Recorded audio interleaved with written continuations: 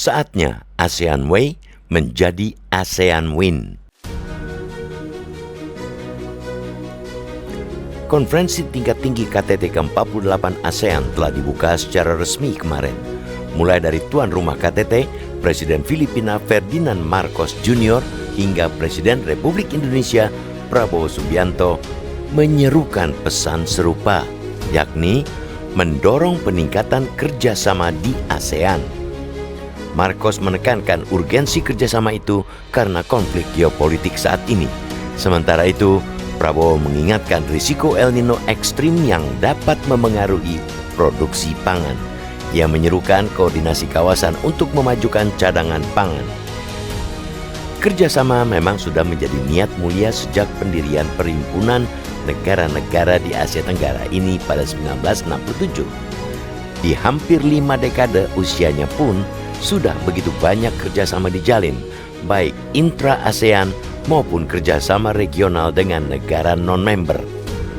Bahkan soal traktat persahabatan saja ASEAN sudah berhasil menjalin dengan 57 negara. Harus diakui, banyaknya kerjasama tersebut belum menjadi jawaban atas keraguan bahwa ASEAN bisa solid bersatu. Gambaran terukurnya salah satunya ada pada besaran perdagangan intra-ASEAN yang pada 2024 hanya berkontribusi 20% dari total perdagangan kawasan. Bandingkan dengan perdagangan intra-Uni Eropa yang menyumbang 60% total perdagangan kawasan itu. Angka ASEAN adalah ironi. Apalagi jika mengingat sudah sejak 2010 ASEAN Trade in Goods Agreement A3 berlaku. Kesepakatan ini menghapus hampir seluruh tarif antar negara-negara ASEAN. Artinya, dalam urusan perdagangan itu, hambatan terbesar di ASEAN ialah hambatan non-tarif. Hambatan itu mulai dari aturan kandungan lokal masing-masing negara, pembatasan ekspor, hingga sistem lisensi impor. Alih-alih membentuk pasar tunggal, pelaku usaha di ASEAN justru harus menghadapi kumpulan aturan yang tidak seragam yang pada akhirnya meningkatkan biaya kepatuhan dan membuat perusahaan enggan memandang ASEAN sebagai satu kesatuan ekonomi. Di sektor lainnya, kegamangan persatuan ASEAN lebih jelas lagi. Dalam menghadapi konflik antara anggota, misalnya krisis Myanmar, prinsip ASEAN Way atau menghindari intervensi selalu berlaku.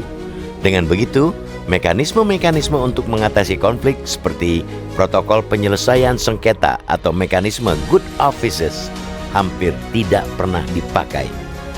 Memang bisa jadi prinsip ASEAN Way yang memanjangkan umur perhimpunan ini di dalam kawasan dengan potensi konflik tinggi. Namun berbagai krisis global saat ini, baik perang maupun alami, harus membawa refleksi akan persatuan di ASEAN.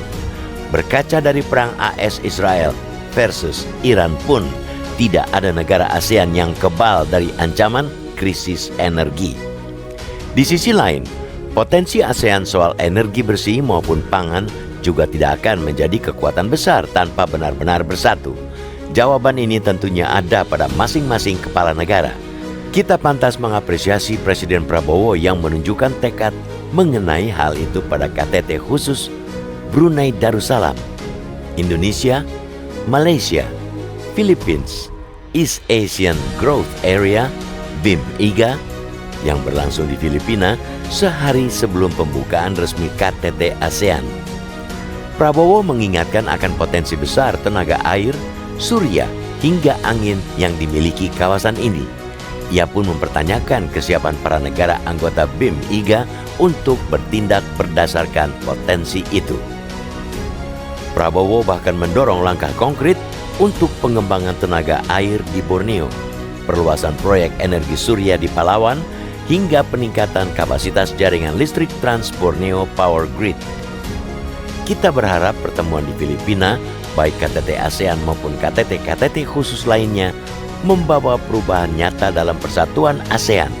Saatnya konsep ASEAN Way berbuah menjadi ASEAN Win.